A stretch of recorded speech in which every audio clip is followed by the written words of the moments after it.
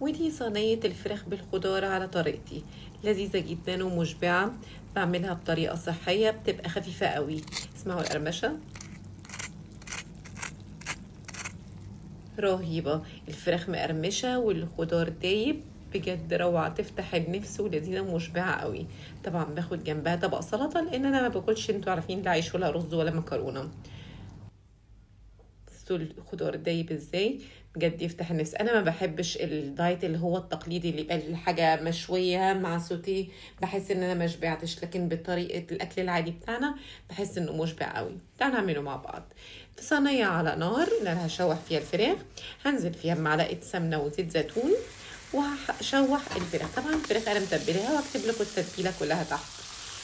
هشوحها بس تتحمر كويس قوي من الجنبين، اتاكد انها خدت اللون الحلو ده. هروح شايلها مجرد ما خدت اللون من الجنبين، هروح شايلها. طبعا احنا لسه هي ما استوتش، هنكمل سواها في الفرن. هخلص الكميه بتاعتي كلها، يعني بعد يعني شوفوا على حسب انتوا عاملين كميه قد ايه. طبعا انتوا عارفين انا في اللو كارب علشان ما فيش نشويات كتير، فبزود حصه البروتين شويه، بدل ما يبقى يعني ربع فرخه ببقى نص فرخه، فعشان كده زودت الفراخ شويه. بشوحها بالمنظر ده، بتاخد اللون الحلو المقرمش ده، خلاص شايلها على جنب.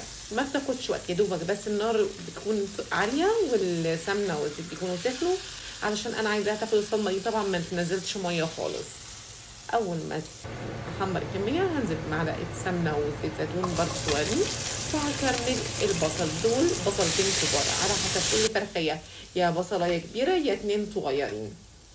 دول فرختين فحطيت بصلتين كبار، قطعتهم حلقات كده اهو، ومن غير اي تتبيله لان الفراخ فيها تتبيله. شوحتهم في نفس المكان اللي نزل فيهم البصل. واول ما تكرملوا بالمنظر ده، هنزل في صينيه فيها ورق زبده وهرص الفراخ بتاعتنا اللي احنا حمرناها بالشكل ده. هي ما بتاخدش وقت خالص. في الوقت ده هشيلها على جنب وهعمل الخضار بتاعنا. قطعت دي بطاطسايه، طبعا احنا عدد الافراد العيله 4، فبطاطسايه واحده يعني هيبقى نصيبك كام حته بطاطس، مش حاجه فظيعه. دول برضو جزرتين صغيرين فيهمش اي مشاكل خالص، يعني حاجه يعني دي الكربوهيدرات المعقده بتاعتنا اللي احنا هناكلها. هقلب الكلام ده كله الاول يتشوحوا مع بعض، وبعد كده هنزل بباقي الخضار اللي احنا عندنا. كل ده طبعا لسه من غير اي تتبيله، لسه هنزل بتتبيله بعدين.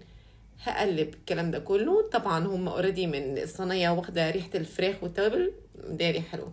في الاخر برش حبه ريحان. الريحان في الوصفه دي بيديها ريحه تحفه.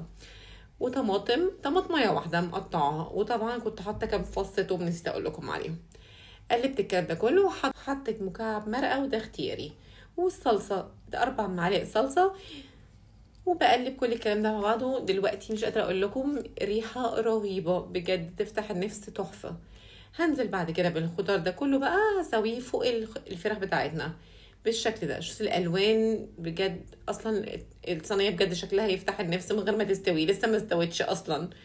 دلوقتي هغطيها كويس قوي بورق الزبده بحيث ان هي ما تطلعش اي هوا بره عشان تستوي كويس.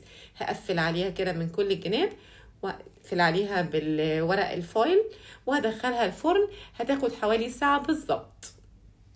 طبعا بالنسبه لافراد البيت انا عملت لهم جنبهم رز بشعريه وبس كده. بالنسبه لنا احنا كلو كارب، احنا هناكلها الفراخ مع الخضار بالمنظر ده، بجد مشبع جدا لذيذ. عايزين تزودوا الخضار وانتوا بتاكلوا مفيش مشكله، تزودوا على حسب ما تشبعوا. البروتين يفضل اقصى حاجه نص فرخه، ما نزودش عن كده عشان برضو بيتحول لسكر. والف صحه وهنا، اشوفكم على خير. باي باي.